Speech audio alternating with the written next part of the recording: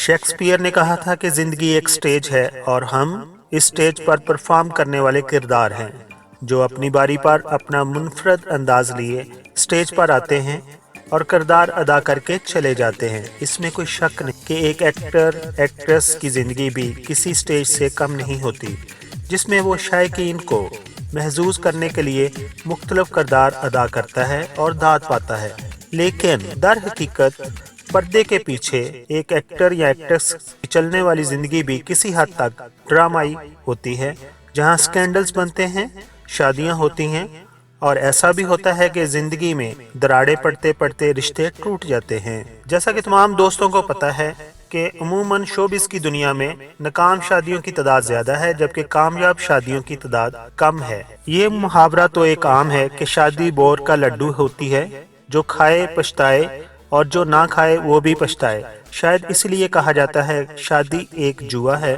کامیاب بھی ہو سکتی ہے اور ناکام بھی، لیکن اس چمکتی دنیا میں کچھ زیادہ ہی سیاہ بادل نظر آتے ہیں۔ آج میں اپنی اس ویڈیو میں چند ایسے ہی معروف فنکاروں کا تذکرہ پیش کروں گا جن کی شادی شدہ زندگی تکلیف دہ انجام سے دوچار ہوئی اور ان میں پھر علیحدگی ہو گئی۔ تو سب سے پہلے ہیں میڈم نور جہاں۔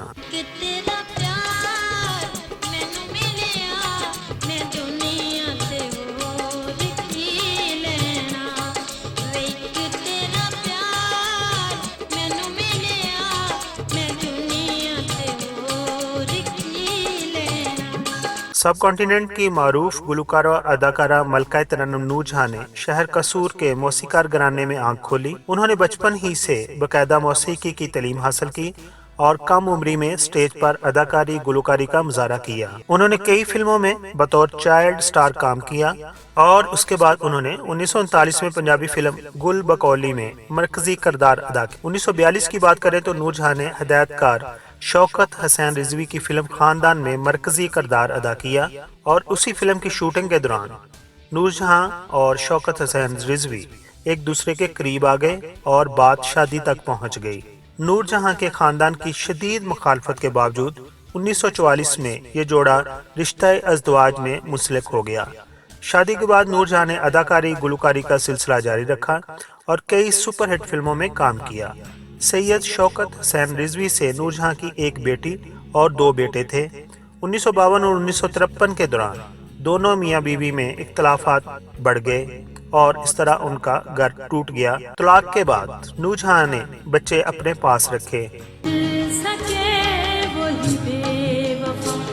یہ بڑی عجیب سی بات ہے جو چلا گیا مجھے چھوڑ کر، وہی آج تک میرے ساتھ ہے۔ اور انہوں نے اداکار اعجاز درانی سے شادی کر لی۔ اداکار اعجاز درانی نے نور جہاں پر پابندی لگا دی کہ وہ اداکاری چھوڑ دیں اور گلوکاری بھی چھوڑ دیں، لیکن نور جہاں نے اداکاری تو چھوڑ دی لیکن گلوکاری نہیں چھوڑی۔ اور ایک دفعہ پھر اعجاز درانی کے ساتھ بھی نور جہاں کے اختلافات بڑھے کیونکہ اعجاز درانی اداکارہ فردوس کو پسند کرنے لگ گئے تھے۔ نور جہاں نے ہر ممکن کوشش کی کہ کسی طرح اعجاز اور فردوس کا تعلق ختم ہو جائے، لیکن ایسا نہ ہو سکا اور 1971 میں نور جہاں اور اعجاز درانی کی راہیں جدا ہو گئیں۔ اعجاز سے نور جہاں کی 3 بیٹیاں ہیں۔ نور جہاں نے بچوں کی پرورش کا ذمہ خود اٹھایا۔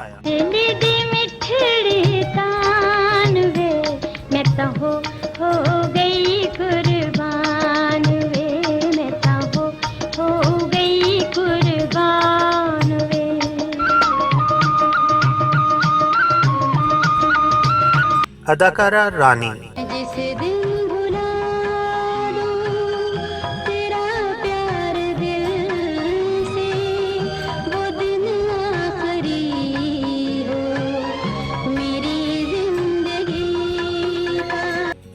فلمی دنیا میں 1961 میں قدم رکھنے والی اداکارہ رانی کی ابتدا میں کئی فلمیں ناکامی کا شکار ہوئیں، تاہم فلم ہزار داستان، دیور بابی، امراؤ جاندہ اور تہذیب جیسی کئی فلموں نے انہیں شہرت کی بلندیوں پر پہنچا دیا۔ انہوں نے ہدایت کار حسن طارق کی فلموں میں زیادہ کام کیا اور انہی سے انہیں شہرت ملی۔